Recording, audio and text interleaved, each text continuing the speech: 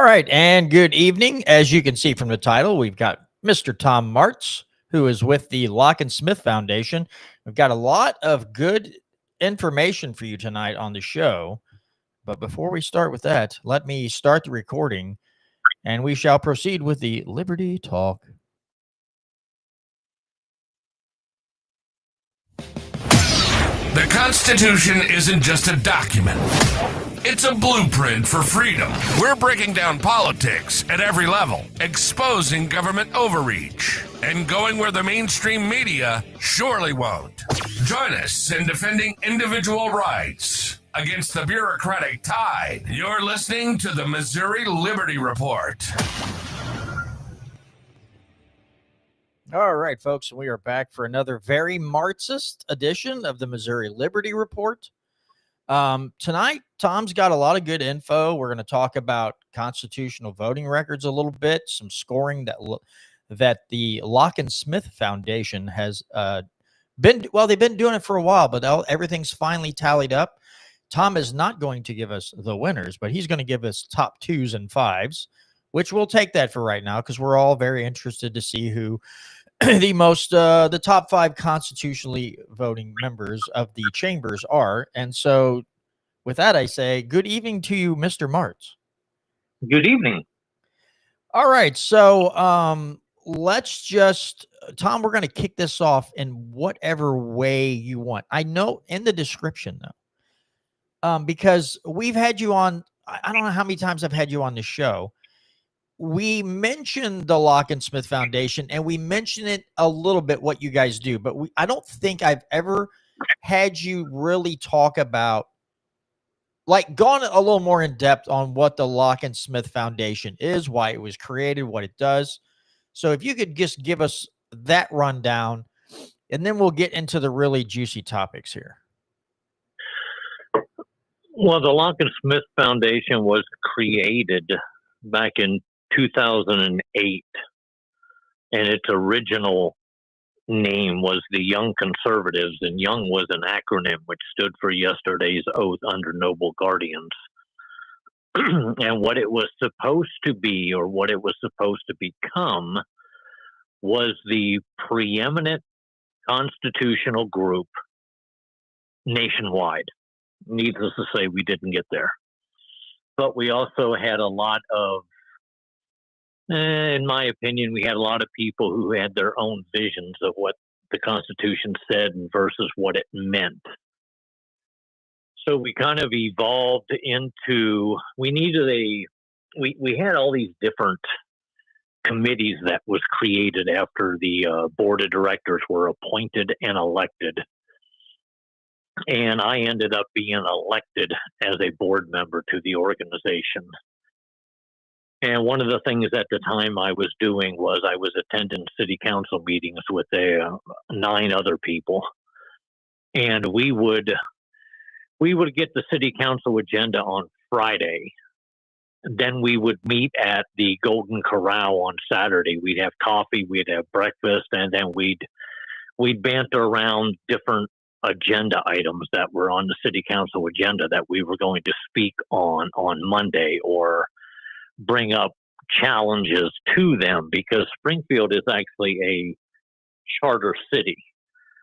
And if you delve into the state constitution, the only way that a political subdivision is appropriately allowed to create legislation that they police is to become a charter city or charter county.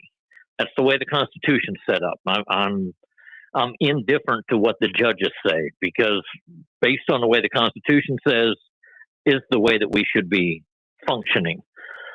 So back in 1954, the people of the city of Springfield created a city charter, which gave the city of Springfield what's called home rule. Now, when the state of Missouri was actually founded, most of the political subdivisions that existed at that point were home rule. But the Constitution of 1865, when it was approved, the people got rid of this home rule application and made it so that the legislature in Article 3, Section 1 states that the legislative authority is vested in the House and the Senate, which shall be titled the General Assembly of the state of Missouri. Now, Congress has something similar, but in Congress it says that all legislative authority is vested in Congress. So the only way laws can pass, or the only way laws can become laws, is if Congress is the one that creates them, not some governmental agency, not some private organization that is part of a PPP with the government, not by executive order. It has to be done through Congress. Now, the reason I think, in my opinion, based on research, the reason that our state constitution does not say all legislative authority is because in Article 6, they created the mechanism by which cities and counties could go back to what's considered home rule. City of Springfield took advantage of that in 1954.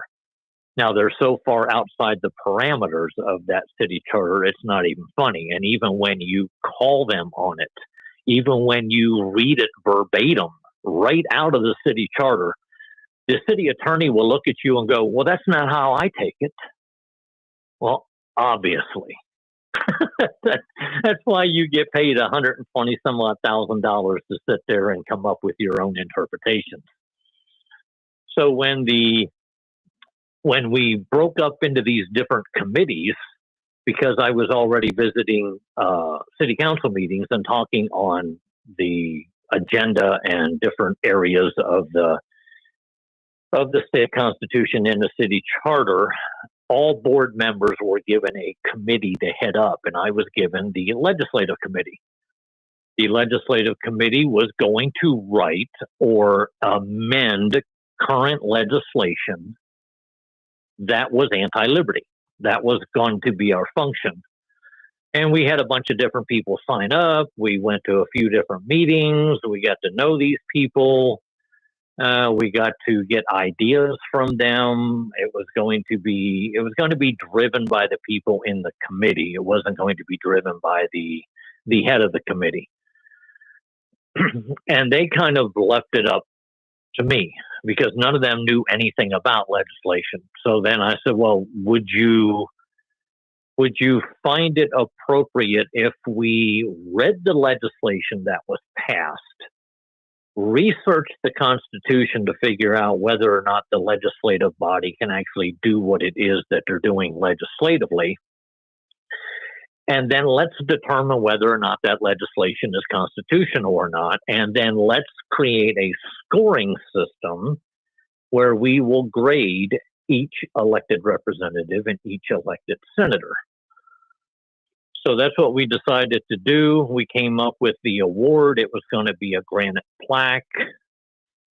And that's kind of how the legislative committee, the Locke Smith Foundation, we kind of changed the title of the organization from the Young Conservatives to the Locke Smith Foundation. It's named after John Locke and Adam Smith. And it was the legislative committee was probably the only committee that stayed together intact. Not all the same people, but the same mission, the same everything since 2010. So we're now in 2025, and we've been doing this for 15 years. The first year in 2010, we looked at all the legislation that made it to the governor's desk. And basically, we deemed all the budgetary bills unconstitutional because of all the federal money that was involved in them. And then we kind of reviewed the legislative system and how it worked. And then the following year, we started reviewing every single bill that made it to what's called third read and pass. That's when if it originates in the House passes, it goes to the Senate.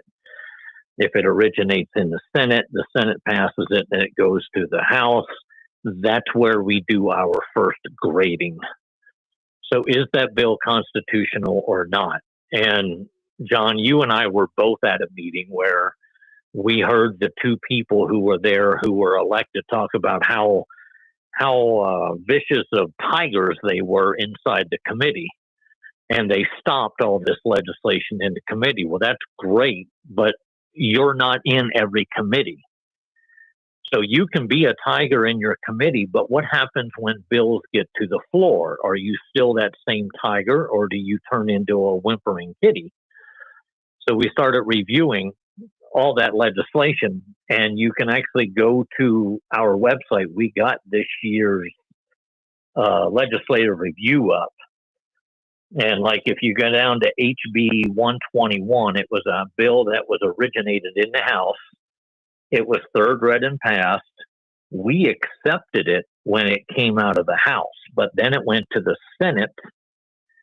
The Senate made changes to it, which then the House members agreed to those changes, which then creates another vote tally for the House members, because you can see it says HB 121 PA. That's where it's truly agreed. We rejected it. And you can see the section that we rejected it for is 135.315, because it's a violation of Article 3, Section 21. And you can actually see how many people in the first portion voted. There's 158 yeas, 0 nays, 0 present, 4 absent, and one vacancy. And then when it came back from the Senate, changed, and the House agreed to it, now all of a sudden we have 136 people who voted yay, 1 nay. We have 3 who voted present. We've got 21 absent, and we now have 2 vacancies. And you can see on the Senate side, there was 31 yays, it was 1 nay, it was 2 absent without leave, and there was that's all 34 people. So. And that's how to read our spreadsheet that you find on our website. So, any questions on that so far? None that I have. That's pretty self-explanatory. It's nice. This is very well laid out. So, kudos to the Locke Smith Foundation and your webmaster.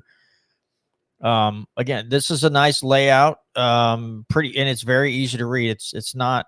I don't see how anyone could be really confused by this unless you know absolutely zero about legislation. It's pretty well done there, Tom. So again, kudos to your to the organization and your webmaster. Did a phenomenal job here. Yeah, Clinton does a great job with our website. We're beyond belief in having him, because before, we were doing everything by hand. Everything was on an Excel spreadsheet. And the reason why you only find constitutional scorecards from 23 and 24 and soon to be 25, the reason you don't see 2020, 2021, 2022 is that when we were doing it on spreadsheets through the computer, I did not realize that there was a block of, what do you call those little boxes that are in a spreadsheet? I know they're rows and columns, but that little box has its own specific name.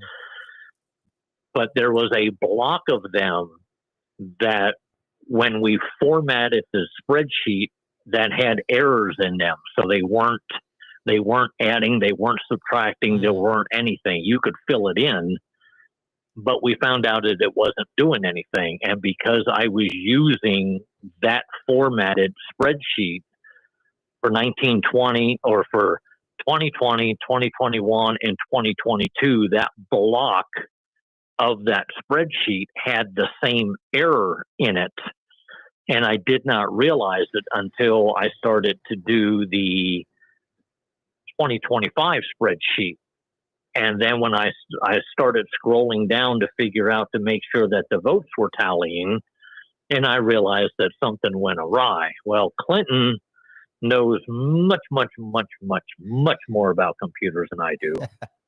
And he said, well, let me work on it. I said, okay, you have a free hand at it. So what he did was, basically, you got the current House statistics. So there was 1,606 pieces of legislation filed, of which 140 of those reached third read and passed. So that automatically, there's 140 votes that you can think of right there. Now, third read and passed, 138 of them. 2 of them were third read and defeated. 11 of those, the committee substitute was accepted. And 23 of those were truly agreed and finally passed, which means the House version went to the Senate, and the Senate agreed with it, or the Senate made changes to it, sent it back to the House agreed with those changes, and they truly agreed and passed it. There were 6 emergency clauses, 5 of those which passed, 1 of those were defeated. So we reviewed a total of 163 pieces of legislation that includes the 6 emergency clauses, and we found 119 constitutional objections out of those 163 vote tallies or legislative bills. And then, of course, you can go down to just scroll down a little bit below that, and you see where the Senate side had 833 pieces of legislation filed. 53 of those reached third read. 30 of those reached truly agreed. There was 5 emergency clauses. 4 of those passed. 1 of those was defeated. We had 69 reviews, of which we found 56 constitutional objections. So when you're scrolling down through our spreadsheet, if it's green, that means we accepted it. If it's red, it means that we rejected it. Blue is one of those issues. We call it OT mode. And we used to call it, on the other spreadsheets, we called it Arante. It is a bill that specifically, realistically, is not anti-constitutional. It's not really constitutional. So a person's vote shouldn't be graded in the manner, because it literally could be something where they're changing he or she to they, which vernacularly appropriately, maybe we should remove all the he and she's and just apply a generalized they, them, whatever for the basis of legislation. And that's exactly what some of these are doing. So that's why they are coded blue. And we do not count for or against any of the elected representatives or senators on those pieces of legislation. Well, and also you don't want to assume anyone's gender in today's day and age. You don't want to do that. Well, and so I just did a little quick math, and I only did it on the House side, Tom.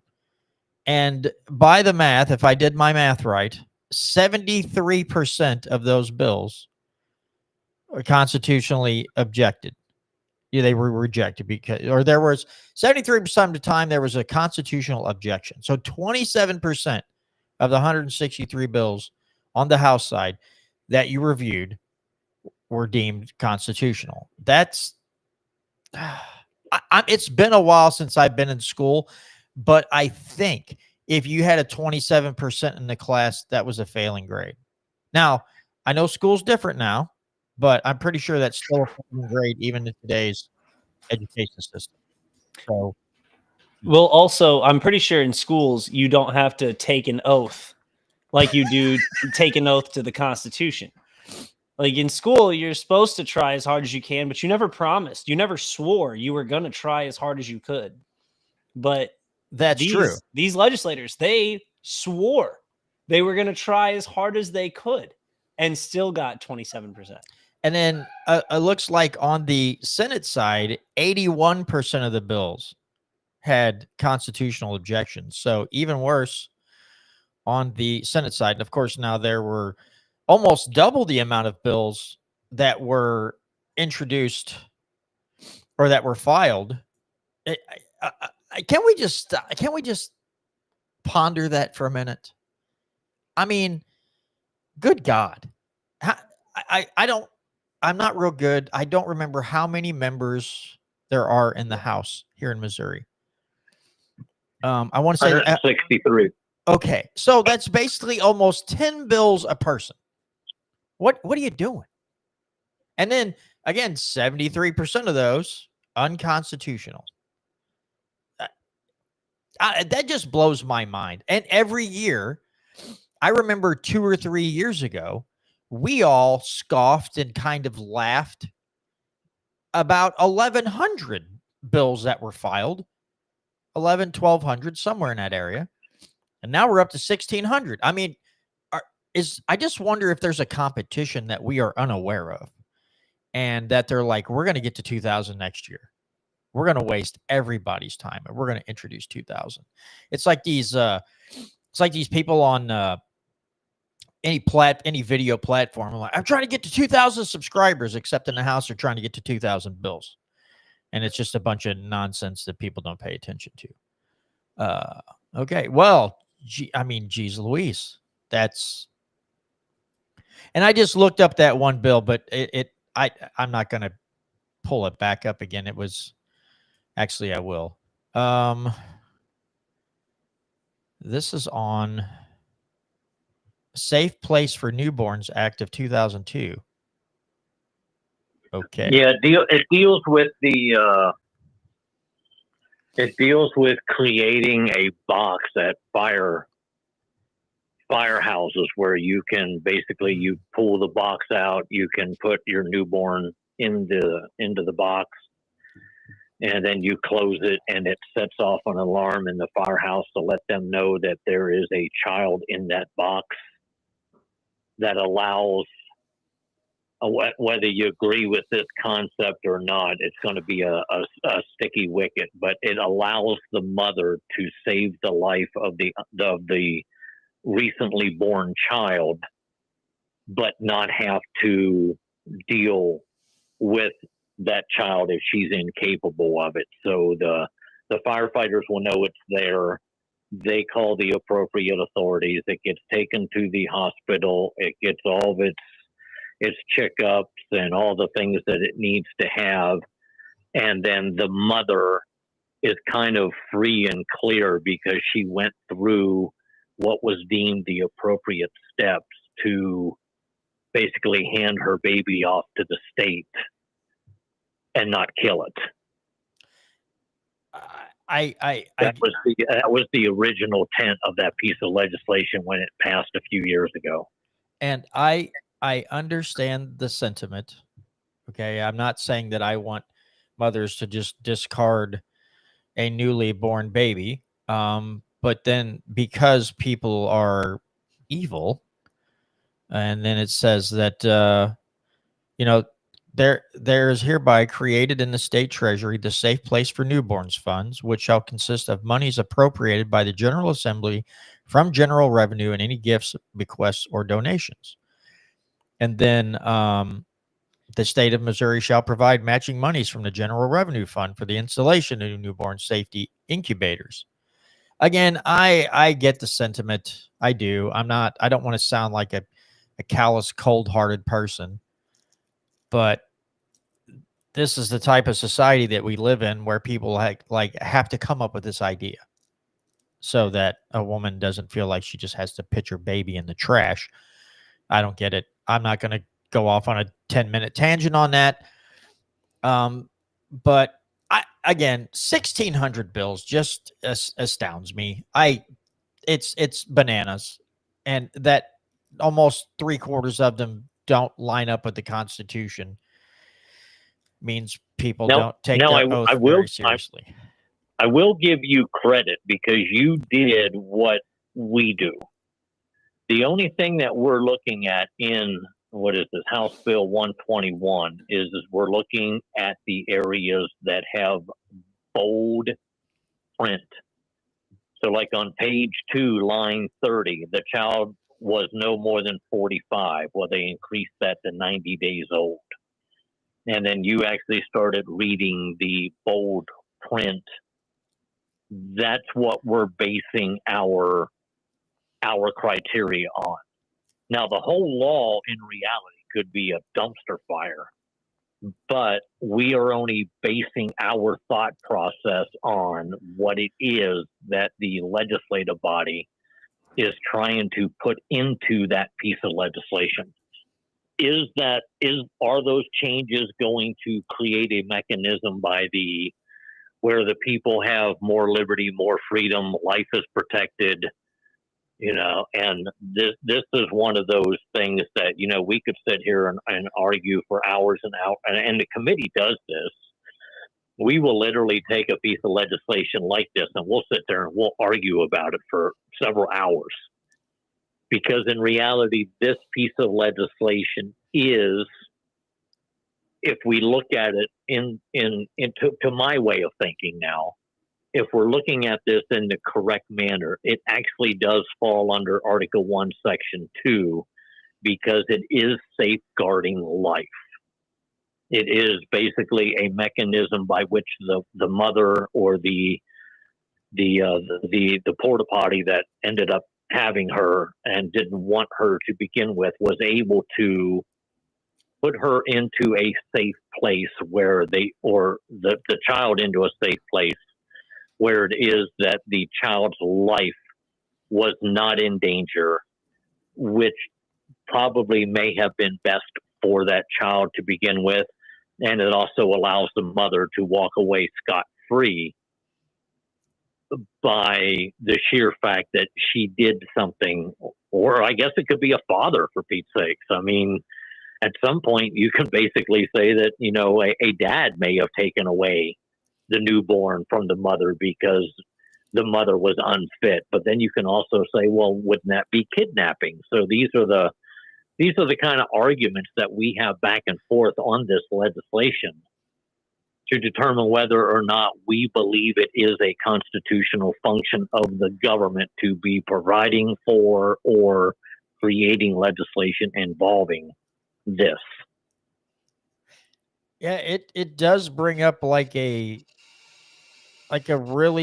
moral dilemma. Maybe moral's not the right word, like a legislative dilemma, right? Because most of us in the liberty movement don't want to see all these funds being appropriated for all these things because we get sick and tired of seeing it all the time. So we're just like, okay, what are we doing here, right? But in this instance, it's a little harder to just say no, because like you said, Tom, you put it quite well there, that this is actually safeguarding life, which, the Constitution and its people are supposed to protect life, liberty, and the pursuit of happiness, and the enjoyment of their own gains. So it does create quite actually a really good discussion. I would say that it's not one of these mamby-pamby left versus right team. This is more of a moral or an ethical decision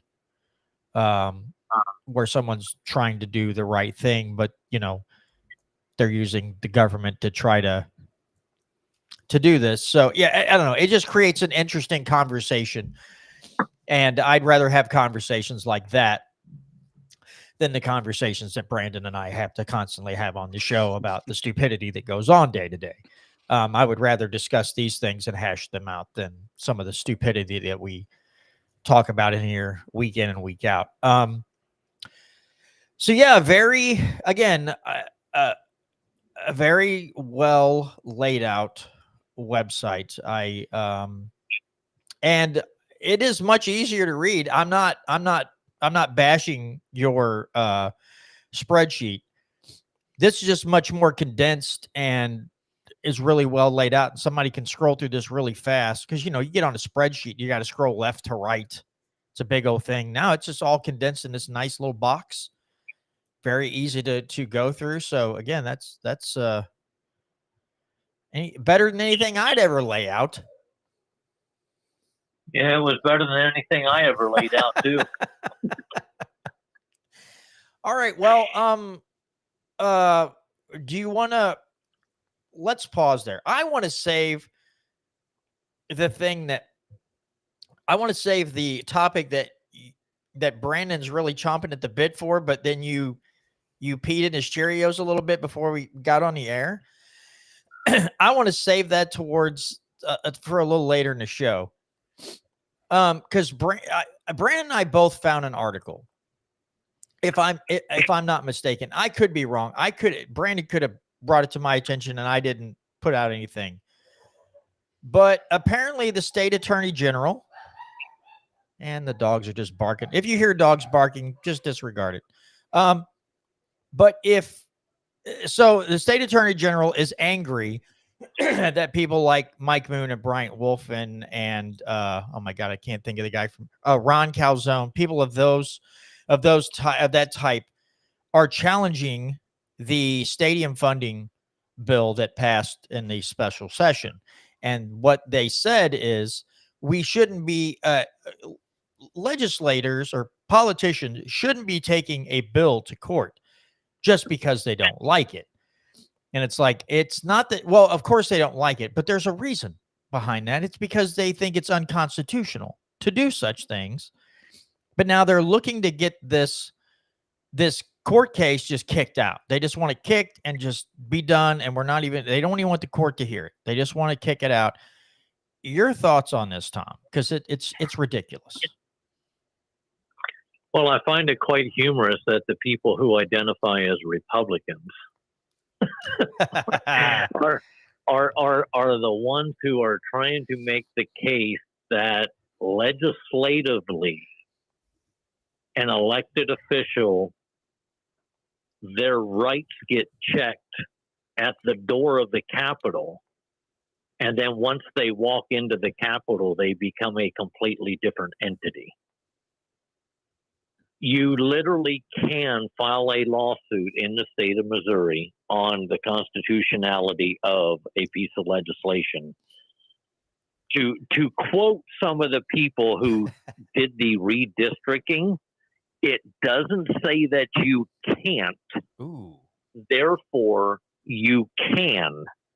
Nothing in the Constitution prohibits an elected individual from being named on or being the person who ends up being the main person the litigant who sues to get a court to look at the constitutionality of a piece of legislation. Now, to Hanaway's way of thinking, she's representing the state. But I tell you what, there are school districts across the state. One here in Springfield, one up in Cameron, one down in Ozark. I mean, they're all over the state where the attorney generals for far too long have ignored the crap that is going on in school districts where they could better spend their time. But no, we're going to create this imaginary rule that somehow an elected official is not a citizen of the state. Therefore, an elected representative can't be named on a lawsuit when it gets filed for an injunction or for constitutional relief when it goes to court. I just, the thought process, the mental gymnastics that you have to go through to make it so that simply because you're elected, you lose your rights to do something that the average citizen could do or has the availability to do is just outside the parameters of what I've researched, what I've listened to, what I've read, and what I've learned on this constitutional journey that has been hurting my head for the last 20 years. Your thoughts, Brandon? Oh, I was just Do you want to, if you want to, you want to pull up what Bryant Wolfen? I know Yeah. there was Yeah. comments from him. I was gonna say something about what Tom said, but I forgot what it was. But I can pull up. Yeah, I'll just pull it up.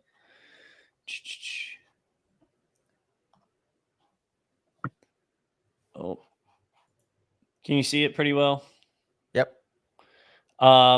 So you did send me this a while back. I just brought it back up because today was the day it was supposed to be going to court.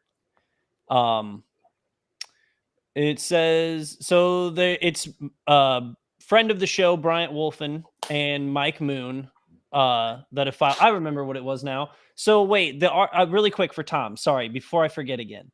The state is trying to argue that because Bryant Wolfen and Mike Moon are the ones who filed the injunction, that they can't so they can't be a part of the lawsuit. Is that what the state is trying to say? Well, I haven't read the article, but that's the only thing I could think of that they would be attempting to argue. Now, I could be absolutely wrong, but I mean, if that is their argument, they're absolutely wrong. Yeah, that would be a wild argument for sure. Not to argue like the constitutionality of the bill, but to argue that the people bringing the suit would be the reason for it being dismissed. That would be a pretty bad legal strategy, in my opinion. But here's the quotes from Bryant Wolfen. We can't pass a special law for the property tax freeze that is not applicable to all counties in the state. We've only done it for like 97 counties instead of all 114. That would violate the special law. Wolfen told Missouri Net in an earlier interview. And they did that so something like the property tax freeze could be stricken from the courts, but yet the funding for the stadiums could potentially remain in there. By us passing that, we say to me, Missourians, you get nothing, but the Chiefs and Royals, you're still fine.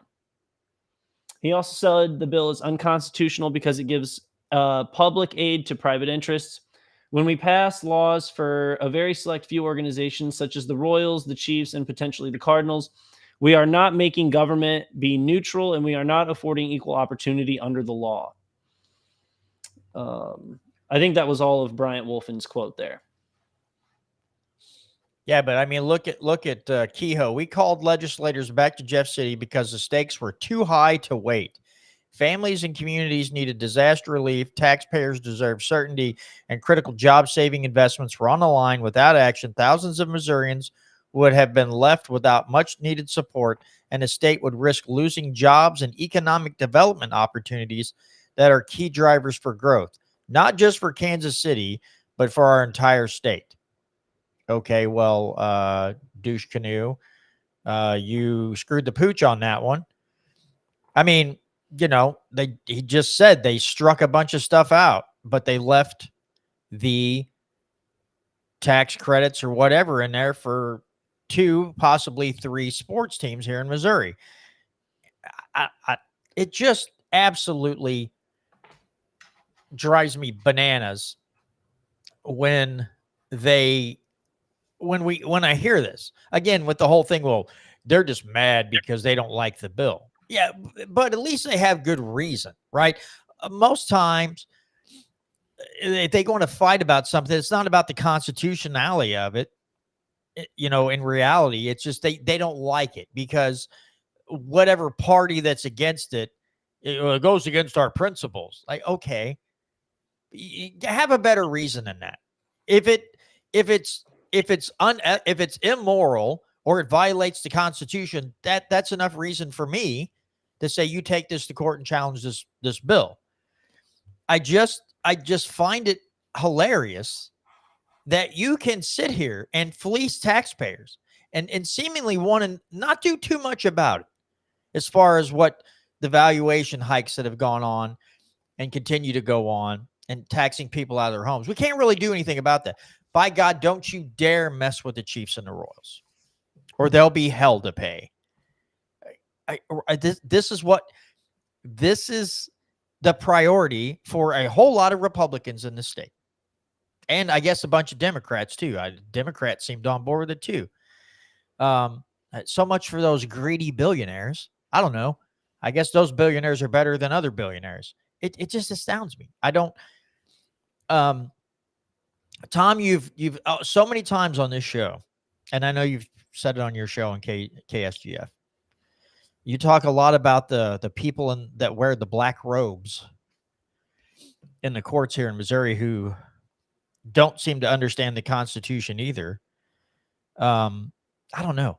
This stuff just blows my mind. I don't.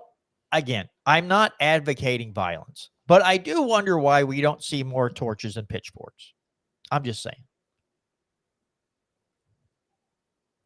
You know how in Harry Potter they call the black, like the evil people that come in and suck the souls out? They're the Dementors. They're like the all black looking things. Well, we should start calling Missouri Supreme Court judges the Demented. Like, oh, the Demented are taking up this. Hey, we could just call them Dementors because they'll suck the soul out of the Constitution. Both work. Yeah. What do you think, Tom? Who was it the other day that I was listening to on a podcast that used that very same term? I don't know if it was Ian Carroll. I know it was somebody because they were talking about how government functions and how it operates. And we just ought to start calling, because he said, you may not be a fan of Harry Potter, but there were these characters on Harry Potter, I think they were called the Dementors. Yep. That would suck the oh, maybe it was Bryant Wolfen when he was on last week that made the comment that it's like the Dementors, because being in Jeff City will suck the soul right out of you. It might have been. Yeah, he did. Yeah, Okay. That was him. Okay. But the funny thing is in Article 1, it says, in order to assert our rights, acknowledge our duties, and proclaim the principles on which our government is founded, we declare. Now, our rights, our duties, our government, we declare, is all the people. It's not the people in black robes. And then it goes on to say that all political power is vested in and derived from the people, that all government of right originates from the people, is founded upon their will only, and is instituted solely for the good of the whole.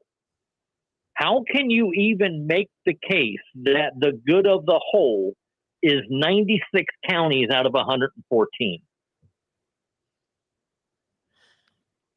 How can you also make in Article 1, Section 2, where it talks about that all persons are created equal and are entitled to equal rights and opportunity under the law, that to give security to these things is the principal office of government, and that when government does not confer this security, it fails in its chief design? What part of equal application of the law is 96 counties out of 114? I'll say this. When they talk about the whole, the only hole that I think about is the hole that gets violated every time these people come up with new ways to tax my wallet. I get a hole violated that's on the backside of me by these jerks who constantly want to steal more or give tax credits to certain, big ag or pharmaceutical industry or energy groups or sports teams. All the while, all the rest of us, our holes are getting violated. Well, I guess I'm kind of tired of it. I guess any one of us could potentially start our own sports team, and then we might qualify for tax deductions. So all you have to do, John, to qualify for the tax deductions or the tax credits is just start a sports team. It's that simple. And then all of this the tax credit then is equally applied. Am I onto something there? You might be. I'm just trying to figure out what kind of sport team. Because I wouldn't want hockey. Road hockey? No Hockey. pads, no helmets, road hockey. Well, you can have hockey sticks. You can play it with like a a racquetball ball. I was set thinking up since nets in it's the middle street of the road. hockey. Well, since it's street hockey, you would use a crushed Mountain Dew can. You would think that would be league standard. Well, you could also use a croquet ball. That way people end up losing teeth, black eyes. Yeah. Make it more. Jesus, you guys are getting brutal here. I was thinking if I'm going to create a sports team, then I'm going to add a little flair to it, right? Because I have to BS my way into this in order to get the tax credits. Then I should find someone who will bake cow pies. We'll cut them into small circles and bake them to where they get really hard. And then we'll just play. The puck will be BS. And people will take BS to the face. You have to block the BS with your body. We're going to do all kinds of stuff. So we'll call it, the name of the sport will be called Missouri Politics. Yeah. Yeah. It's just instead Politic ball. Where Yeah. you get BS slapped at you the whole game. Yeah. You'd be slapping the BS at other people. But no helmet, no face shield, no visors, no nothing. You're going to get full on in the face with Missouri BS. Sounds about right. I bet you we can make some money off that. Just because people are going to want to see other people get hit in the face with cow pie, if nothing else. Who cares about the score? They just want to see the injuries. And I think it sounds profitable. It's how we get our tax credit. With tax credits, there's no way we could fail. They'll build our stadium half for us. It's all we got to do.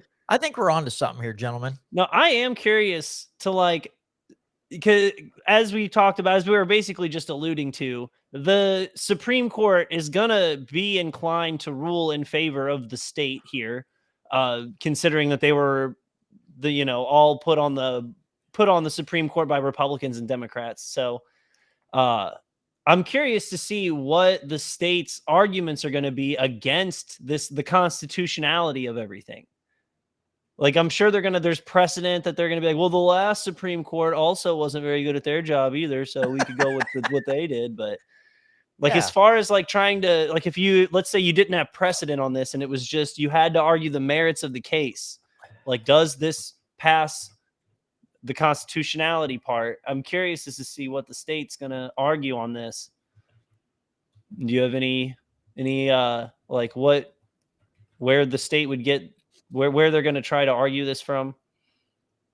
Well, there's two schools of thought.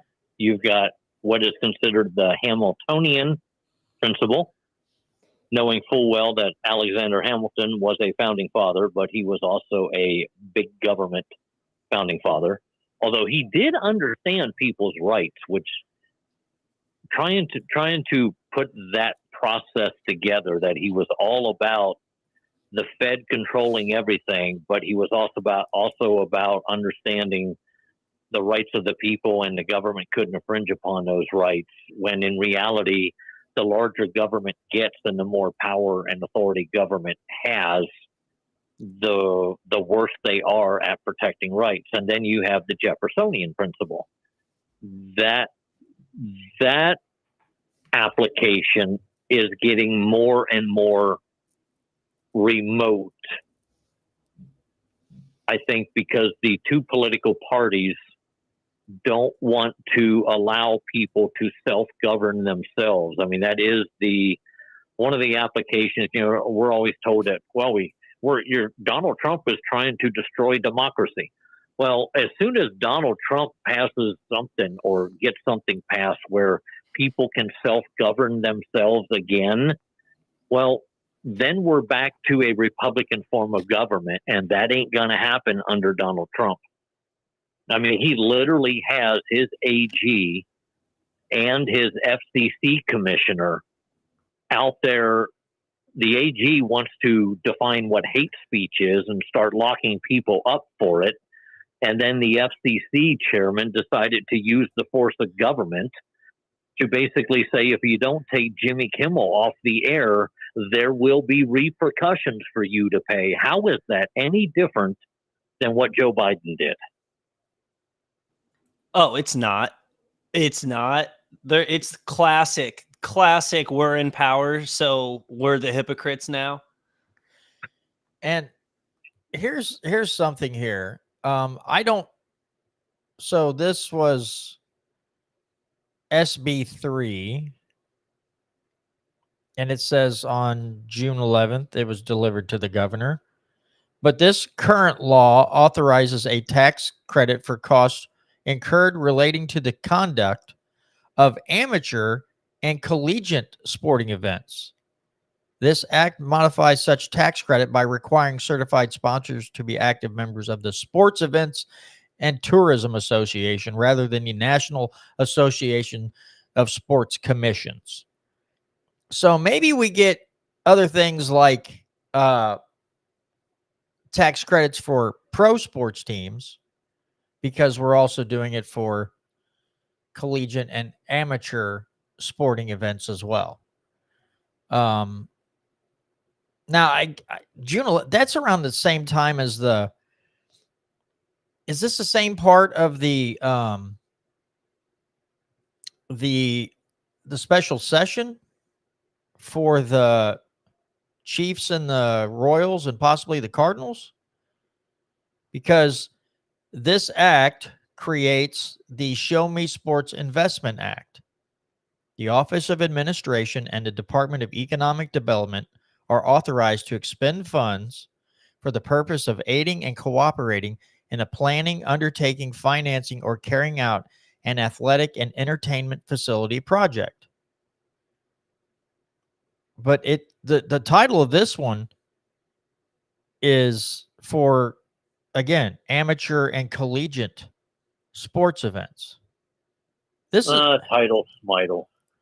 Well, I know. Who cares what the title is? Well, no, but I'm just saying it just seems a little. I don't remember seeing anything about this. Now, but again, here we have the tax credit for homestead damage, and then we have the property tax credit. But I think that's for that's for the taxpayers, and that's probably the part that got severed. But yeah, I don't remember hearing anything about the amateur and collegiate events. I only remember hearing about the Chiefs and the Royals and possibly the Cardinals, because that's what everybody was all. These Republicans were all, or a bunch, not all of them, but a bunch of the Republicans were hung up on. Let's get these tax credits for the big boys, but we also have amateur and collegiate sporting events in there, as long as you're a member of a certain. I love how you have to be a member of a certain organization also to get this tax credit. To be eligible for this tax credit, you have to be a part of this group and not this group. What the heck difference does the group title make when you're giving out unconstitutional tax credits? Is this a way that somebody in the House or the Senate have best friends on this other gaming thing, and they're like, we got to pull people from one to the other, and so we're as important as those people so they can get their tax credit. So this is a way to draw membership. I don't know. It doesn't make any sense. None of this makes any sense. It makes my head hurt. But I don't remember, again, I know I keep repeating myself. I do not remember ever hearing about collegiate or amateur sporting events and getting. So the amount of the tax credit shall be equal to either $6 for every admission ticket sold rather than $5, or $12 for every registered participant rather than $10. The Department of Revenue shall issue a refund of the tax credit within 90 days of the applicant's submission of a valid tax credit certificate, even prior to the close of the tax year for which the tax credits are issued. Current law limits the total amount of tax credits to $3 million, with a limit of $2.7 million for events held in Jackson County or St. Louis City. This act increases such limits to $6 million and $5.5 million, respectively. This act extends the sunset on the tax credit from August 28th, 2025 to August 28th, 2032. So they were just, this one was getting ready to go out, so they just decided to push it out for another 7 years. Current law also authorizes a tax credit in the amount of 50% of an eligible donation made to a certified sponsor or local organizing committee, with a total annual amount of such tax credits limited to $10 million. This act reduces such allowable annual amount of tax credits to $500,000. This act also extends a sunset on such tax credit from August 28, 2025 to August 28, 2032. Section 67.3005. You know, it's nice to see that it sucks that they raised the limit and they did all these things, but at least there was a sunset on it, that the legislature had to go back and redo this. I think any tax or tax credit, they should all have a sunset on them, and they should all be forced to debate said tax credits, that none of them go without a sunset on them. I think that I don't remember. We talked to a legislator in 2021, and he was hoping, because he was, of course, now he's in Washington, D.C. It's not Schmidt, it's the other one, and I can never remember the other gentleman's name. But Onder. Who's that? Onder. No, it's not Onder. This guy was also in the Senate, but I can't. Schmidt. Nope. Hawley. Nope. He was one of the ones that helped. I think he helped. Burleson. Yeah, it was Burleson.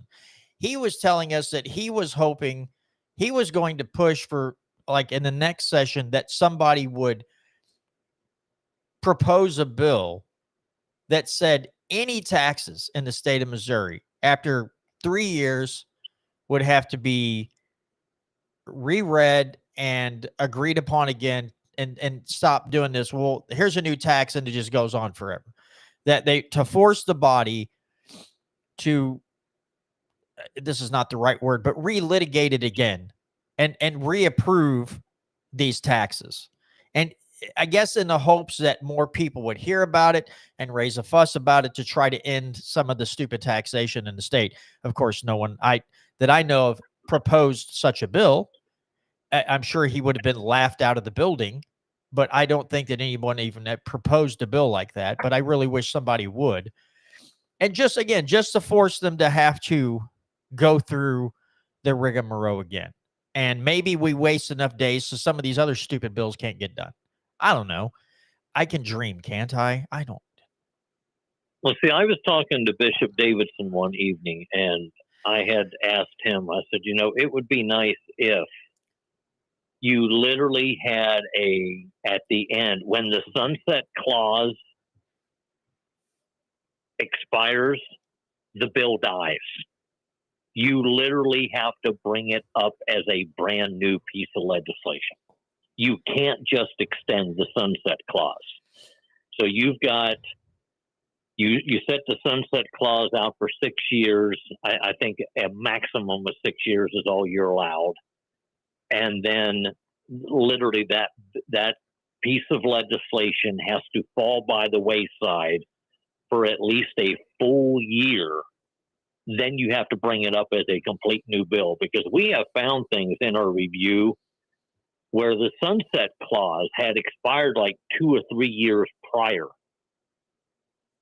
Then all of a sudden what they're doing is they're implementing a new sunset clause that extends out 12 years, which leads me to believe, and I could be absolutely 1,000% wrong on this, but I'd have to see it in order to say, yes, I was wrong.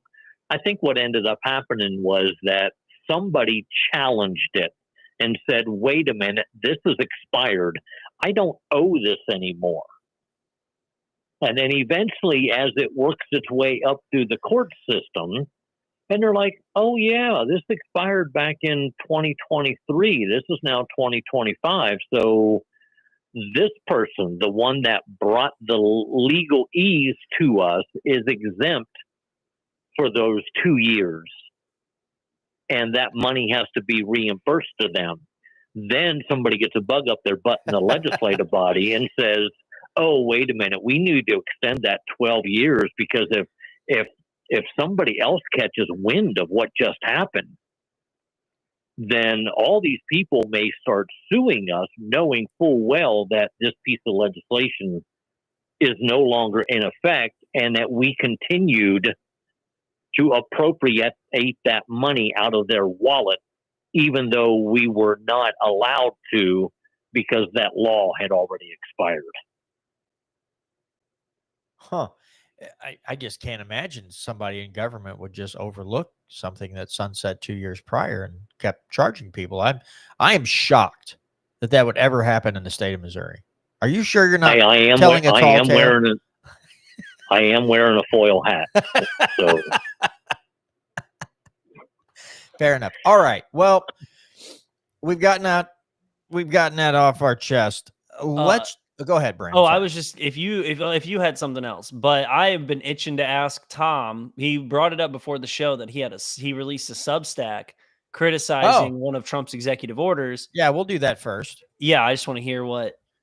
Let me share that on my screen. And also, folks, get out here and get out there and subscribe to Tom's Substack, State Constitution Substack. Get out there and subscribe to it. He does a very good job, much better than I do, of putting thoughts into words. I suck at that. Tom has kind of he's so much better. He's kind of mastered it rather than what I can do. But so Tom, give us your rundown. I mean, the title of this is Executive Order number 14248. But give us the meat of your Substack post here and your thoughts on Mr. Trump's executive order. Well, the Congress, according to Article 1, Section 4, Clause 1 of the U.S. Constitution, the times, places, and manner of holding elections for senators and representatives, now they're only talking federal, shall be prescribed in each state by the legislature thereof, but the Congress may at any time by law make or alter such regulations except as to the places of choosing senators. And the reason that is because before the 17th Amendment, the legislative body of each state used to go through the pomp and circumstance of choosing a senator. Now, I've had people tell me, yeah, but until the 17th Amendment, it was done this way. Well, no, in reality, up until the 17th Amendment, that's not factually accurate because there were states that were basically allowing the people to vote on who the senator was going to be, and whoever was victorious by the majority vote of the people, that is the person who the legislative body, in most instances, sent to Washington, D.C. to be the senator. Now, Trump has issued this broad sweeping executive order 14248, which seems to me, by the way I'm reading it, seems to be an authoritarian move on how it is that states are going to conduct elections. Not just the elections of U.S. representatives and U.S. senators, I mean elections. So you've got many people who, I can only deem them people who are on the Republican/right side of the aisle, who are applauding this without even considering, does the president have any authority, legislative authority, to dictate what's going to happen in any of these elections? I did not see in Article 1, Section 4, Clause 1, where it said, but the president may at any time by law make or alter such regulations except as to the places of choosing senators. It literally says, but the Congress may at any time by law make or alter such regulations except as to the places of choosing senators. So we've got Trump, who has gone on this executive order fringe is all I can call it. I mean, he has gone completely nuts with executive orders, whether he has the authority to do it or not. And there's just entirely too many people on Trump's side of the aisle. I'm going to call that Make America Great Again. It's not America First. The Make America Great Again people are all on board as long as Trump is the one who's promoting tyranny. It is the American Firsters, the people like a Thomas Massey, sometimes Rand Paul, people like a Justin Amash, people like a Ron Paul, people like a who's the judge that I'm thinking Napolitano. Yeah. Why I get him screwed up with Scarborough is beyond me, but I know one day I went on this conversation where I talked about Joe Scarborough and I meant to say Napolitano, and at the end the guy looks at me and says, "Do you know who Joseph Scarborough is?" I was going to say, yeah, you're going to sound like a crazy leftist if you're like, yeah, Joe Scarborough's the best. His take on the Constitution is great. And I went, yeah, I know who Justice Scarborough is. He's the guy who's attended all these different freedom and liberty. He goes, "No, dude, you're talking Napolitano." "Oh yeah, that's the guy." That's like heresy, man. You were like a heretic when you said stuff like that. I know. It's like mistaking Kamala Harris for Patrick Henry or something. Well, and I just to stop you right there, to me, this is about the most important point of the whole thing. As long as this party's doing it, it's fine. I don't understand how these people can't wrap their heads around the fact that it's not always going to be a Republican majority or Republican White House, right? That the other party, and it doesn't matter if it's Republicans or Democrats, they do these things like they're the only party that's ever going to hold a majority for the rest of the time this country's alive and not shredded by its own horrible economy, right? That they're just going to, there's nothing bad can happen. Nothing that would go against us could happen if we just do these things. And it almost makes you wonder, well, it doesn't make me wonder, but it makes some people wonder if, this is done on purpose just so the other party can also abuse this power when it comes around and they can play the game where the other side gets to scream and holler and say, that's not fair. It's like, you guys, the American public just can't, too many people in the American public can't wrap their heads around the fact that the other party will be able to abuse this, so we probably shouldn't do it. And I just wanted to highlight that. It's very important. I think the whole quiet skies thing that we're finding out more about now, which really wasn't that much of a secret, because when I was looking it up earlier, apparently like NPR and the Boston Globe had reported on quiet skies, which was John, you sent me the Matt Taibbi's Substack article on how the TSA had created its own division of air marshals that were just tracking people and spying on people who hadn't been suspected of a crime. They were just based on certain, they didn't even give specific criteria, but you could only guess on flight patterns, maybe.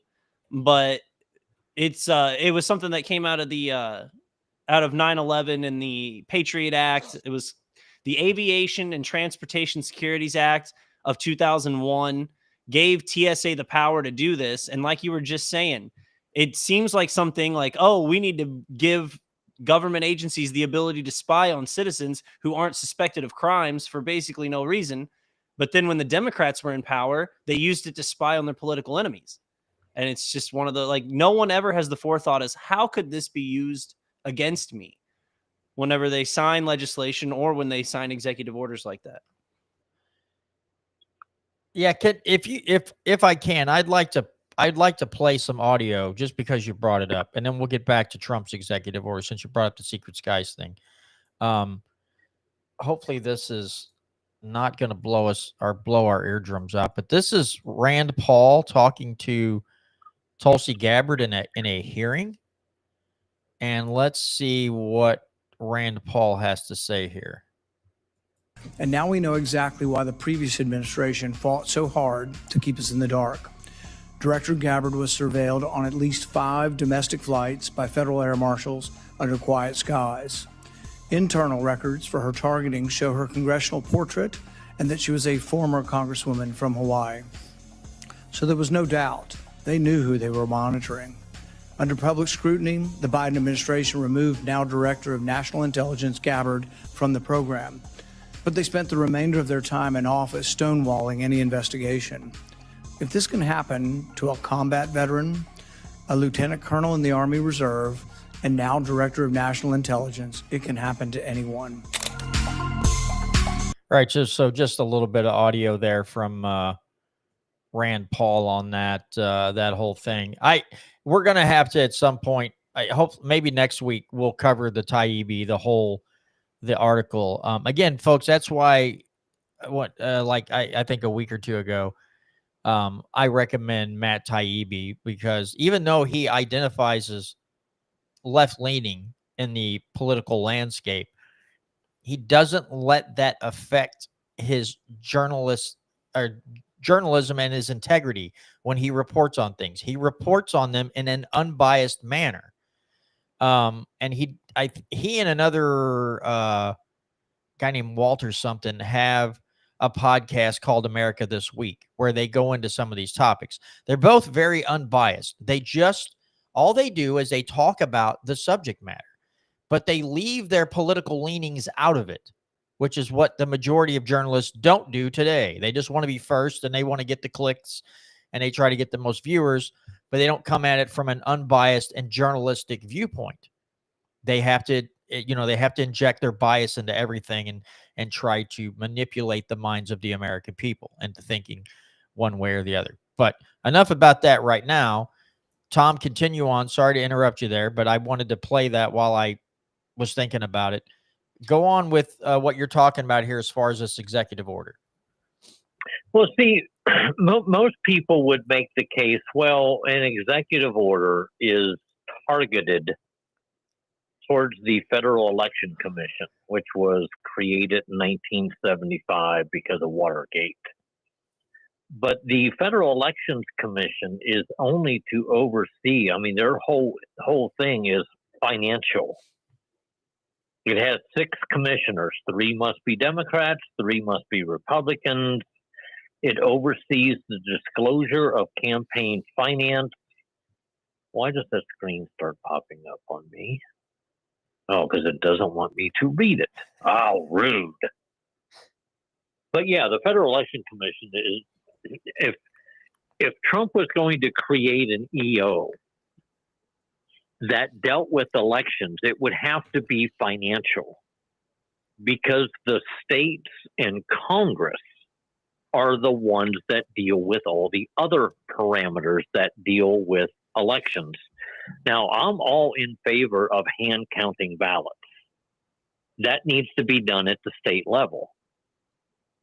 And Congress could actually pass something which might deal with hand counting ballots. That might be a little bit far stretched outside their parameter, because you would only then hand count the ballots that actually have a U.S. Senate or a U.S. representative attached to them.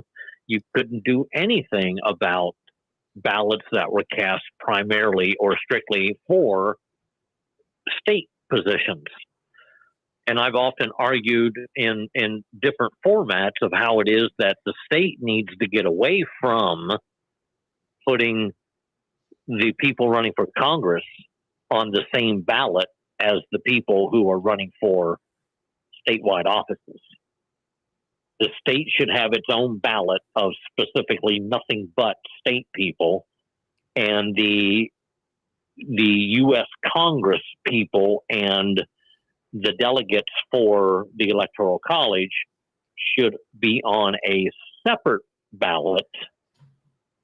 That way the state funds 100% of the state election, which I'm thinking of the process that will limit the amount of times that we have to go to the polls to vote. And then the federal government would end up funding the Congress and the Electoral College votes because they see that as a federal election.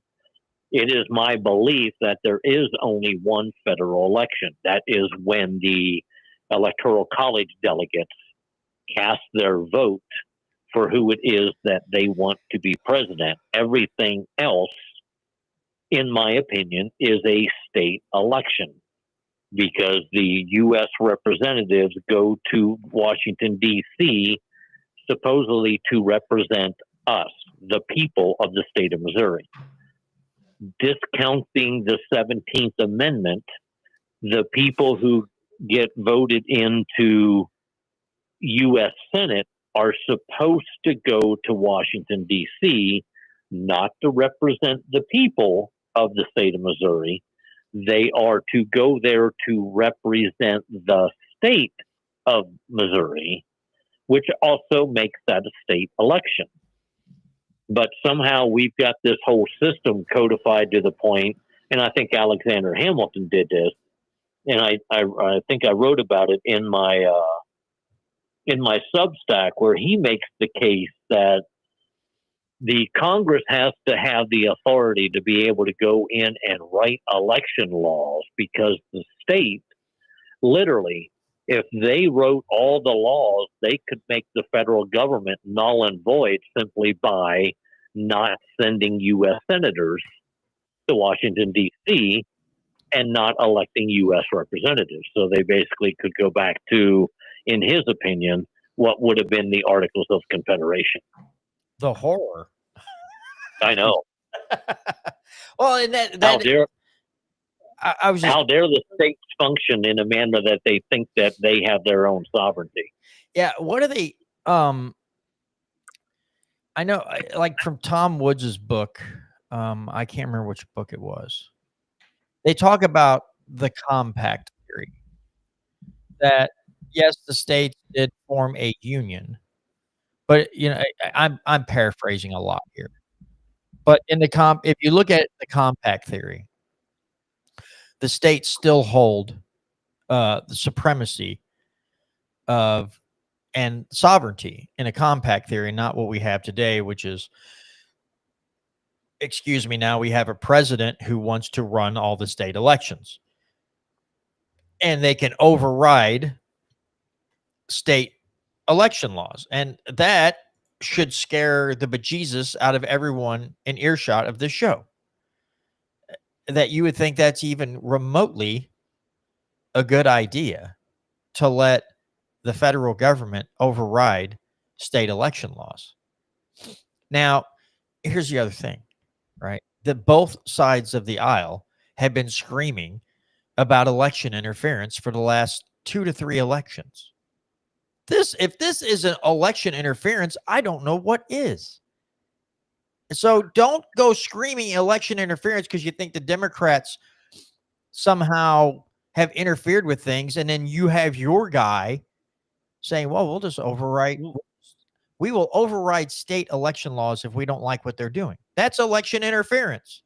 So be for it one way and not for it in another way. It's stupid.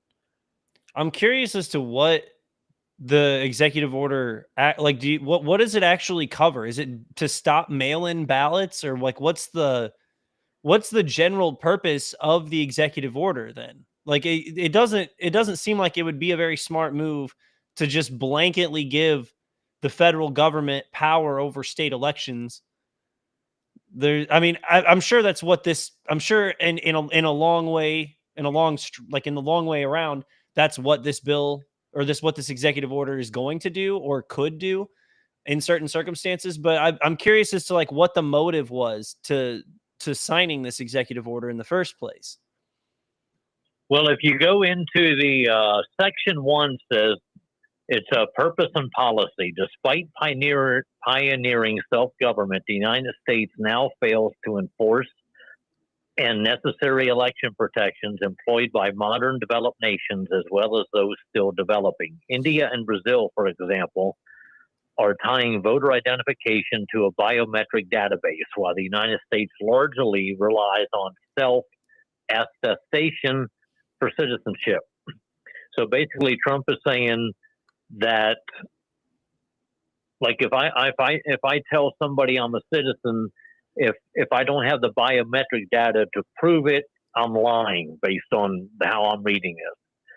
In tabulating votes, Germany and Canada require use of paper ballots counted in public by local officials, which substantially reduces the number of disputes as compared to the American patchwork of voting methods that can lead to basic chain of custody problems. Further, while countries like Denmark and Sweden sensibly limit mail-in voting to those unable to vote in person and do not count late arriving votes regardless of the date of postmark, many American elections now feature mass voting by mail, with many officials accepting ballots without postmarks or those received well after Election Day. Free, fair, and honest elections unmarred by fraud, errors, or suspicion are fundamental to maintaining our constitutional republic. Well, he did get that part right. The right of American citizens to have their votes properly counted and tabulated without illegal dilution is vital to determining the rightful winner of an election. Under the Constitution, state governments must safeguard American elections in compliance with federal laws that protect Americans' voting rights and guard against dilution by illegal voting, discrimination, fraud, and other forms of malfeasance and error.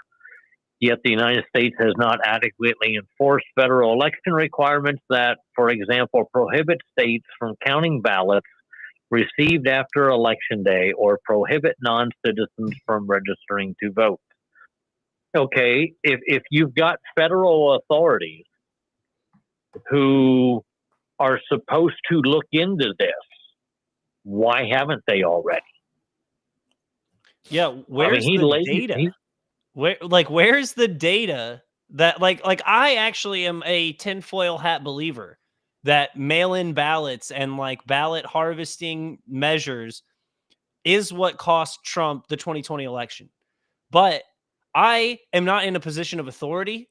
And if I was, especially the president of the United States, I would have more evidence to back up my claim. Also, I would have not funded mail-in ballots like he did. He literally set himself up for failure. Oh, all of 2020 was Trump setting himself up for failure, Yeah. but I digress. Well, Brandon, you had one right up by you. I forget what year it was, but Penny Hubbard literally won the seat because they had absentee ballots coming in after the polls were closed. Dave, Missouri Freedom lawyer, Rowland. Dave Rowland actually represented the Democrat who was in the primary against Penny Hubbard, and they found enough evidence that the judge overthrew the election and forced another election. But yet Penny Hubbard, who was the Democrat rep at the time, and her family pretty much controlled that whole election apparatus up in that area. Not a single one of them was thrown in jail. Not a single one of them had charges against them for election tampering. Not a single one of them were forced off of the election board that they sat on. So even when you get to the point where you know full well that there's shenanigans going on, nothing happens. And Well, I'm not saying that Trump has a point that our elections have holes in them, especially in some Democrat controlled areas. But he definitely does not have the constitutional authority to go in and make these changes. It's going to take the people going, hey, we don't want our elections to be screwed up, and they're going to have to fix it by the Constitution, it sounds like, at the state level. And the only thing I could possibly think that would be somewhat constitutional is if the states were getting federal funding for federal elections and you took away the funding for mail-in ballots. That's the only thing constitutional that Trump could even do here. Because there's no way he's going to make everybody get on a biometric database. That's some 1984 style stuff. Like that's a Gestapo tactic if I've ever heard one. So Dude, that's coming. Oh yeah, that absolutely is coming. Well, I mean, we've already shown with Real ID that we're ready for the next step. Like the American people have already accepted that we're ready for the next step in social security lockdown measures. I mean, he brings in the Department of Homeland Security. He brings in the Attorney General shall take all appropriate action to enter into information sharing agreements to the maximum extent possible with the chief state election official or multi-member agency of each state. These agreements shall aim to provide the Department of Justice with detailed information on all suspected violations of state and federal election laws discovered by state officials, including information on individuals who registered or voted despite being ineligible, or who registered multiple times, committed election fraud, provided false information on voter registration or other election forms, intimidated or threatened voters or election officials. And that one is subject to interpretation. I don't like it. Otherwise engaged in unlawful conduct to interfere in the election process, to the extent that any states are unwilling to enter into such an information sharing agreement or refuse to cooperate in investigations and prosecutions of election crimes, the Attorney General shall prioritize enforcement of federal election integrity laws in such state to ensure election integrity, given the state's demonstrated unwillingness to enter into an information sharing agreement or to cooperate in investigations and prosecutions, review for potential withholding of grants and other funds that the department awards and distributes in the department's discretion, the state and local governments for law enforcement and other purposes as consistent with applicable law. Well, that's all well and good, but you got to stop passing these stupid continuing resolutions. Because in order to kick that stuff out of the system, you actually have to create a budget. Something that he has failed to do, something that Biden failed to do, something that Trump failed to do prior to him, something that Obama failed to do. We've been working on continuing resolutions for I don't know how long. Well, we're actually in, unless there's breaking news I haven't heard, in about 8 o'clock. Yeah, in about 4 hours, the government is going to shut down. So now they can't even agree to continue the resolution because they don't have enough, there's not enough Medicaid funding. That's the big one I'm seeing. Yeah, and I like how it is that the Republicans are making the case that the Democrats are shutting down the government, when it's the Republicans that have the majority. Well, don't they need 60% of the Senate to pass this thing? Isn't that why it's held up? Yeah, they have 60. Yeah, they do. Rand Paul's not going to vote yes on it. And I think there's a couple other Republicans who are not going to vote yes. And then you have the Democrats, so they can't get the majority vote. And that's why they're freaking out, I think. Well, I thought we went through this. So, I remember I'm getting such deja vu because Chuck Schumer was making these arguments, and then he on the Senate floor was like, we can't let the Republicans shut down the government. We're not getting what we want, but not shutting the government down is the option. And so now I guess that is just out the window. Like, I guess he didn't get the right amount of funding. So now shutting the government down is good. But then when he wouldn't shut it down, it's bad. So I don't know. They're all over the place when it comes to government shutdown. Yeah, it's like you're sitting in the stands watching a tennis match. I mean, somebody on one side has a big R, somebody on the other side of the net has a big D, And I think we, the people, are just the tennis ball. I almost feel like it's one guy hitting the ball up and then running to the other side of the court and hitting it back to himself. I mean, oh, he's hitting. Well, maybe he's hitting it up against the wall, like racquetball or whatever, handball or whatever that game is called. Or it's like identical twins hitting the ball back at each other because they sound exactly the same. When no, I'm going to shut the government down. No, it's a bad. Oh, you're going to shut the government. No, I'll shut the government. No, you shut the government down.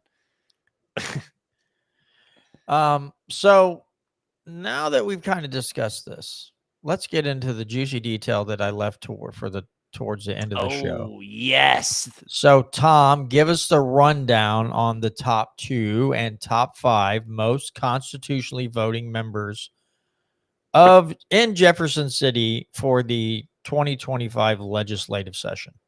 Now, do you have it by Senate, 5 on the Senate side and then 5 on the Republican side, or is it just all together? What do you mean 5 on the Republican side? I mean, I'm sorry. I meant 5 on the House, 5 on the Senate. Sorry. I just misspoke there. That's one of the things that get us into trouble because, yes, we've had Democrat finalists. And, of course, every time we have a Democrat finalist, I can almost name the ones who are going to say, well, yeah, but they just voted no on everything. Well, no, if they just voted no on everything, they may have gotten better than just being a finalist. But the fact of the matter is that they vote 70% of the time like the Republicans vote. So on the House side, in alphabetical order, out of a possible 193 total votes that were available to each state representative. Now, if you were absent, that absent in reality is part of that 193. So in alphabetical order, we have Christensen. I think that's Massey. Yep. We've got Michael Davis. We've got, oh, sorry, I got that. Oh, no, I'm doing alphabetical order. A gentleman by the name, or a female by the name of Durnell, Durnell. We have an Elliott, Elliot, and we have Rep. Bryant Wolfen as the top 5 in the Missouri House of Representatives. In the Senate, and I'll get back to the top 2 in a minute, in the Senate, they had a possible 92.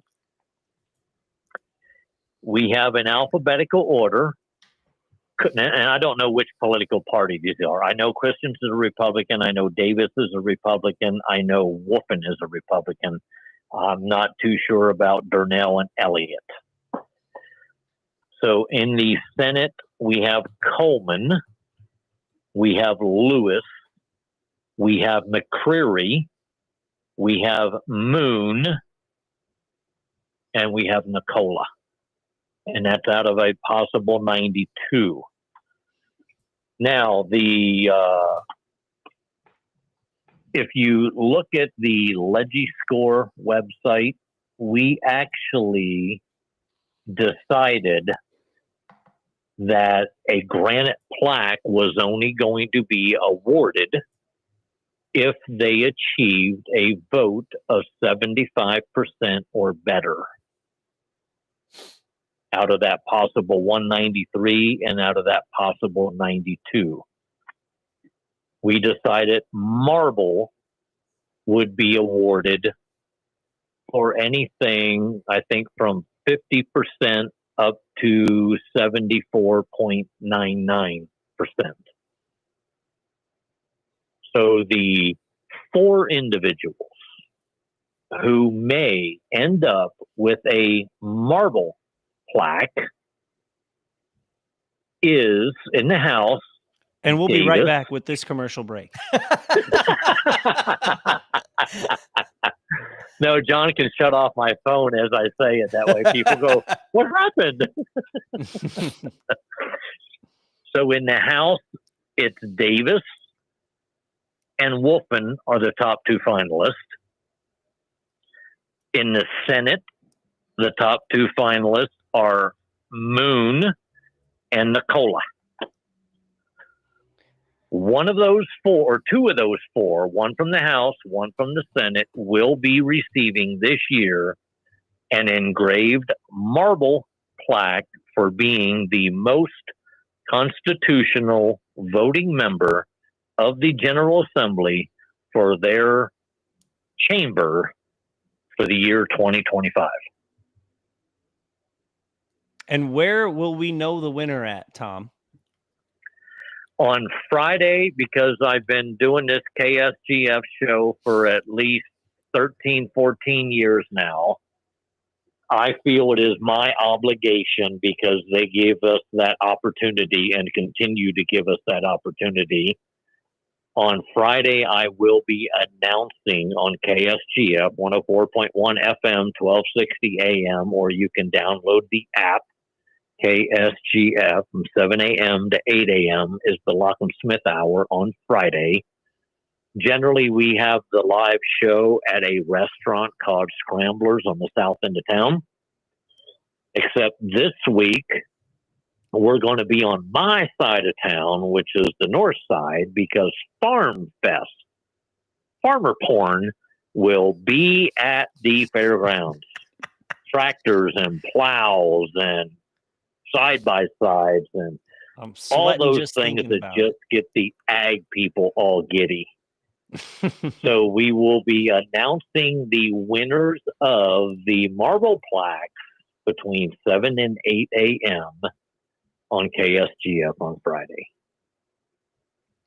Right on. So all the people on the House side are Republicans. I just looked them up. Okay. Elliott and Davis are both Republicans, and I have to say, Representative Davis's pictures looks like he just graduated high school. He is a person who I swear that he looks like he's 13 years old. I pulled up his photo and I'm like, is this person even graduated high school? Like, how are they elected into the state house? No, Michael Davis was the guy last week that Bryant Wolfen was praising really high, that he was just like a computer of information all the time. Now the other member I think that you were mentioning was Durnell. Is that the name? Yes. So that is Lisa Durnell, and she is a Republican. Oh, okay. Oh yeah, duh. I don't know why I said Elliott. Oh no, Elliott. It was Elliott and Durnell were the ones we didn't know. Okay. Now, do we know if Davis is a former granite plaque winner? Yeah, I see that 2023. Yep. I'm going to have to get this Michael Davis character on the show and talk to him. I think he's an attorney. I mean, you look at his photo and you go, he's an attorney for what? 12-year-olds? Yeah, he's like he plays one on TV. He's like an attorney at school. Well, you know, they have those TV shows now where kids are doctors because they're just so absolutely smart. You've got like some 15-year-old comes into the operating room and, oh yeah, I'm going to be the one who replaces your kidney. No, you're not. I don't know. He would be the one that he walks into the well, I'm your attorney. You're what? I mean, look at. No, I don't think you are. Sir, is this your first case? Because I'm thinking I might look for a different lawyer with maybe a little more experience. Let me see if I can get his photo up here bigger. He's a young-looking guy. Yeah, wow, the dude is a baby. He's a baby face, like nobody's business. But anyway, yeah, we got to get him on the show and have a conversation with him about things that he wants to get done or what he thinks about the current state of affairs in Jefferson City. Holy smokes. Yeah, I mean, I have to admit, like, we predicted that Moon and Wolfen would be definitely in the running.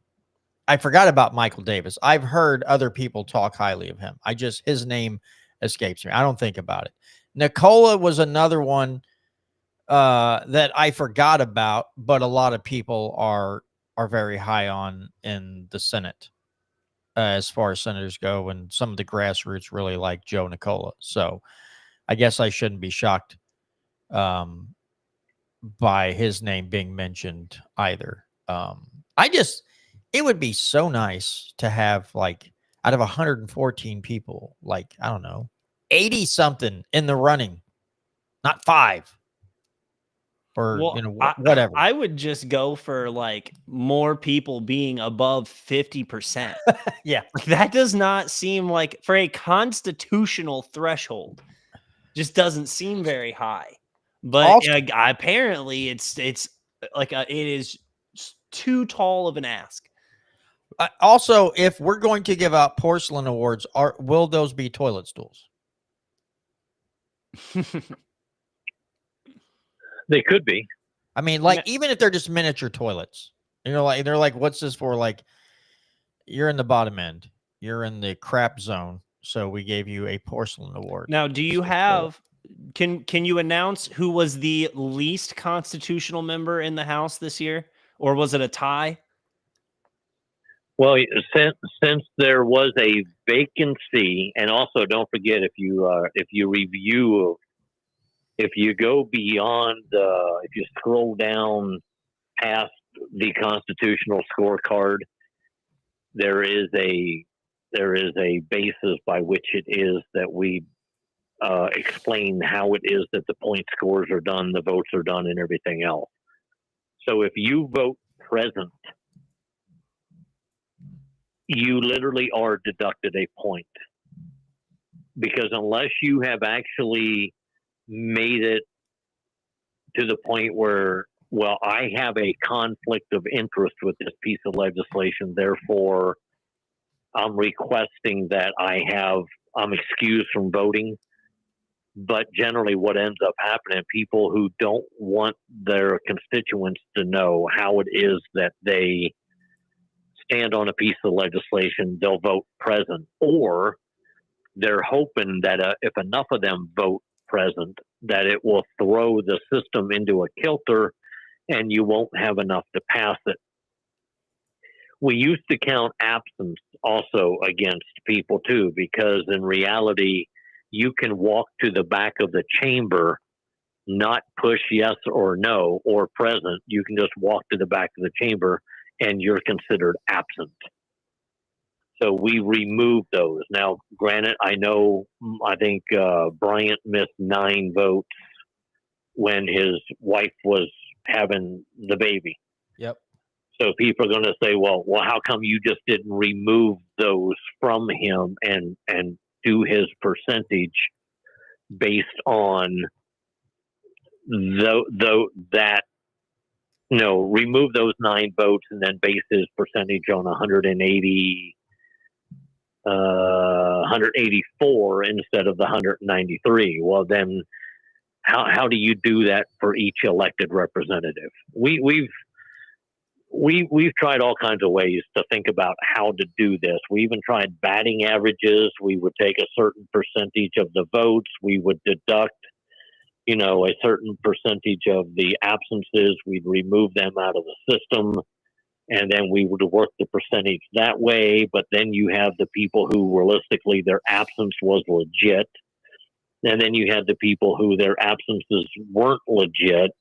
So there's no way to codify that either.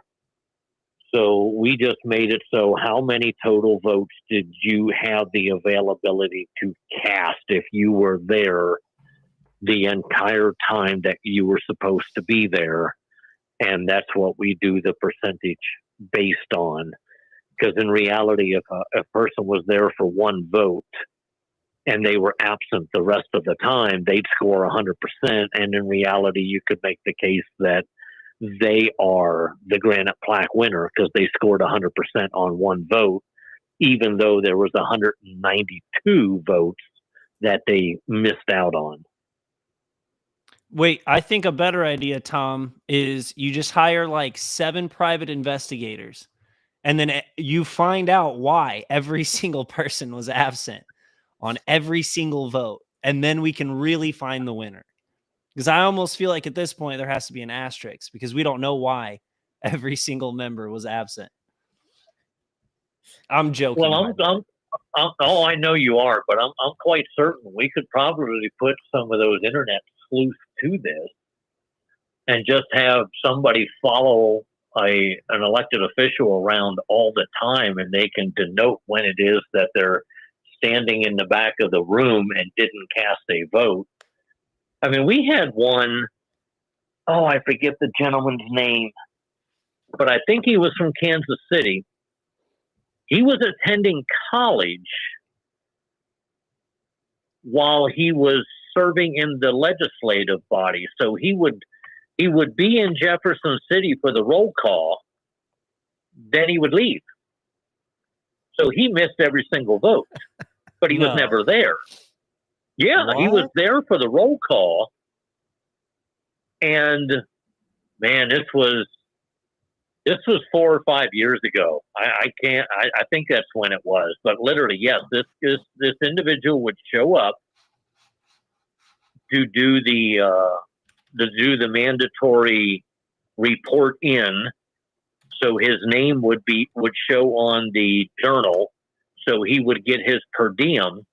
Then he would get in his car and he would drive over to Columbia or someplace. And he was sitting in a college classroom while he was supposed to be serving in the legislative body. That's crazy. That's like that reminds me of when Kim Gardner, they found out she was like pursuing her degree in nursing while she was also supposed to be the district attorney for St. Louis. Yeah, that's why I told people this is not the first time that's happened. And when I tried to tell them that there was a state rep who did the same identical thing, they're like, oh, that wouldn't happen. Well, yeah, it did happen. I just can't remember the individual's name, and I'd have to go back because this individual missed it wasn't a vacant seat, it was an occupied seat, but they missed every single vote that was cast. I Googled it and the AI overview listed two names. Both it says Stephen Weber and Chris Kelly both attended the University of Missouri School of Law while in office. But it doesn't say. I can't find any article about any specific representative missing votes because of it. I can't find like an article or anything on who it was, but that's just insane. That's such a derelict of duty. I'm almost tempted to try that at my job. Just clock in, leave, try to pursue my degree in like computer sciences and see how long it takes to get fired. Probably within 2 hours, I would get like, hey, why are you not at work? John, how long John, how long do you think you could go clock in and then go to class before you get fired? Or at least in trouble? I would make it till 8:25 when I attend a maintenance tier meeting, and they'd be like, no John here today. And then somebody would Teams my higher up and go, I don't know. They might be like, John, we didn't have any HSSE presence in our tier meeting this morning. And then somebody would go, and then 9 o'clock would roll around and John's still not there. Like, anybody seen John? And then someone's going to be blowing up my phone. Everything okay? Where are you? So I would get an hour and a half tops.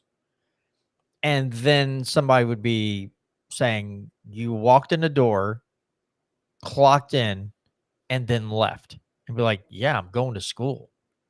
See, I think my reputation at work would buy me 2 hours. Like, they would think that something drastic and emergency happened to me, and I'd have a 2-hour window to come back before someone like called me to figure out what happened. Just, it really emphasizes how just removed from reality some of these representatives are. Like, the just things that just totally would not fly in the real world.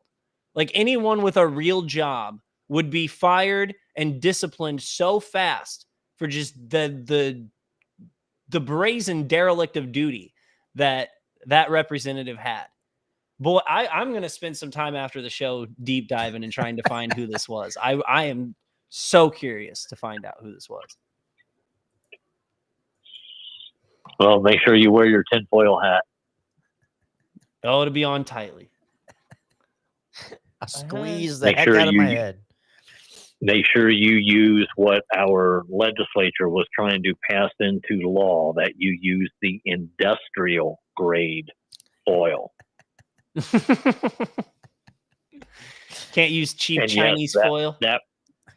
Well, no, you can't use the cheap stuff. There was a state rep who, I forget what the conspiracy was that they said was going on, but he introduced a piece of legislation that if you're going to promote conspiracy theories in the legislative body, that you had to put on an industrial strength foil hat covering, not just standard foil. What industry is he talking about? Like like NASA industry or like food safety industry? Because there's a lot of different uses for foil. Hey, I'm curious as to what he means by industry grade. We have all of our the majority of our coils made almost any place that makes transformer coils.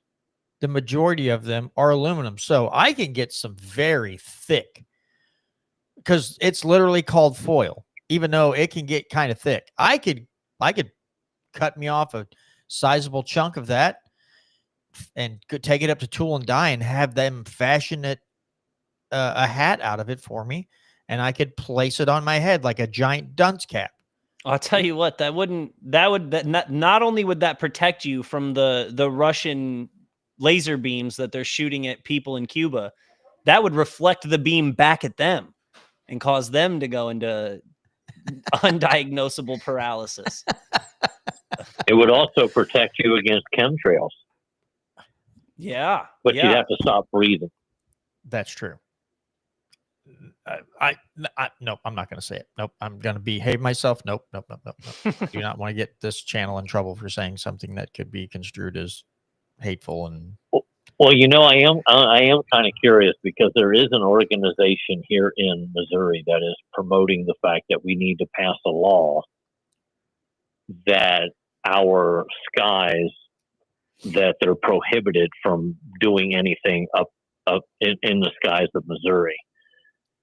So I'm kind of curious if this law is passed and somebody sees one of those, what they're called, up there in the sky. I don't want to get you in trouble. I don't care. We'll say chemtrails. Okay. So are they going to promote the fact that the governor has to scramble Air National Guard fighter jets to take down the offending sprayer? Yeah, I think we should just straight plan on. I would just say a straight, surface to air. You don't need to get the Air National Guard, just the regular National Guard. Just deploy some sand. Well, I've actually seen at a couple different parades and festivals. I've seen the chemtrails people, like they had a bike with a big sign on it when we went through this festival outside of St. Louis for the Libertarian Party. They had somebody else, not part of our group, but somebody else. They had a bike and they were rolling this giant sign that was like, go to, I can't remember the website, like stopchemtrailsinmo.com or something like that. But they're out there in droves. Well, now you give me an idea. I need to find a very, very, very thin piece of yarn, attach it to the back seat of my bike, go ripping through someplace at about 22, 23 mile an hour, and I can create my own little chemtrail as that piece of yarn is just waving back there in the wind. So we only got about 6 minutes left here, but you do raise an interesting, this conversation gets amongst people gets crazy, right? Because when you talk about it, and when people talk about chemtrails or what have you, and and or if you talk about weather modification, and people are like, oh, there's no weather modification. I'm like, okay, then apparently you never heard of the cloud seeding during the Vietnam War, so they can make it rain and make the terrain so muddy and impassable the the Viet Cong troops could not move through those areas. I remember, I can never find it again. My very first show that I ever did, however many years ago, I ran across this post from a guy who was a pilot, and he piloted like not the big jet.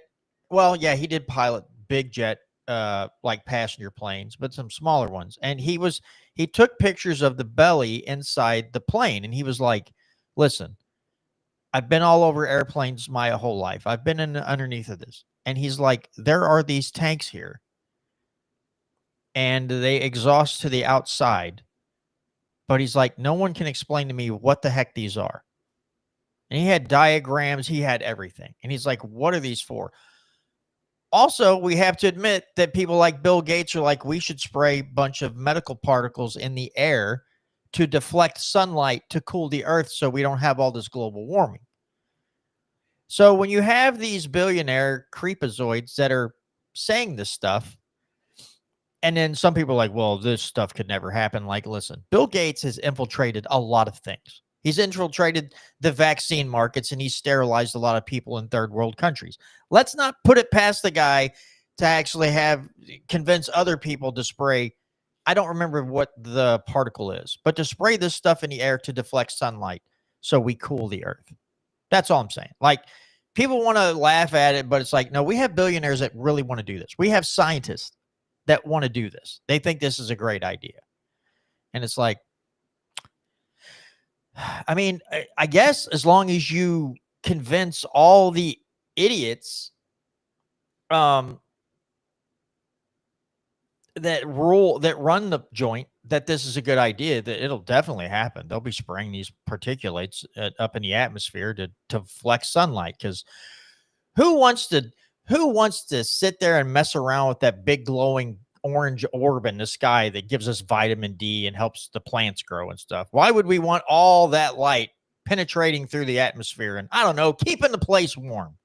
It just drives it's mind blowing. I saw a funny post that someone Elon Musk had posted. He's like putting out like $100 million or some crazy amount of money for anyone who can find a way to turn the carbon dioxide into, like, make it and treat it to make it better for the environment. And someone quote tweeted that and was like, is Elon Musk talking about a plant?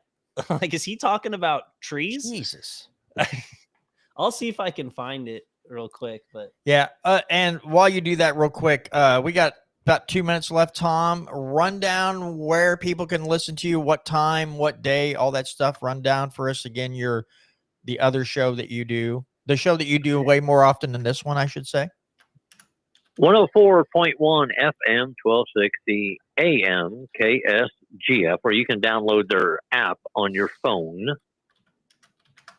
Every Friday morning, I take it back. Every Friday except for the last Friday of the month, I have the 7 o'clock a.m. to 8 o'clock a.m. hour. And Nick and I will discuss Missouri politics, state constitution, conspiracy theories, you name it. When the legislative body is no longer in session, we'll go off haywire.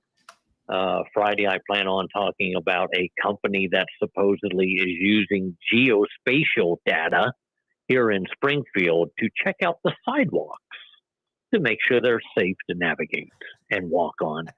On October the 17th, I'm going to be on with Nadine at 9 on her Lake of the Ozarks Dam Radio. I will be on with her from, I think, 9 until 10:30. We will be discussing things about the Missouri Constitution. I'm certain the LegiScore stuff will come up. But yeah, I enjoy my time here though too, John. No, I didn't mean to make it sound that way. I just know that you're only with us once a month. You've been doing KSGF for 13 years, so that's what I meant when I said to show that you're on way more often. Listen, I knew that. Okay. Okay. I'm just giving you a hard time. Okay, that's cool. I enjoy it when I get roasted. I will admit that. I love a good roast. Even if it's me and I'm the target all day. It's superior. All right, folks. Well, that is going to do it for this very Marxist edition. Notice I said Martz and not Marx with an X, right? Martzist edition of the Missouri Liberty Report. And we will be back here next week, Tuesday night at 6:30 p.m. for another edition of the Missouri Liberty Report, although it won't be a Marxist edition. Oh my God, Marxist edition. Now I've had a tongue tangle there. But anyway, we'll see you all next week right here, Tuesday night at 6:30 p.m. on the Missouri Liberty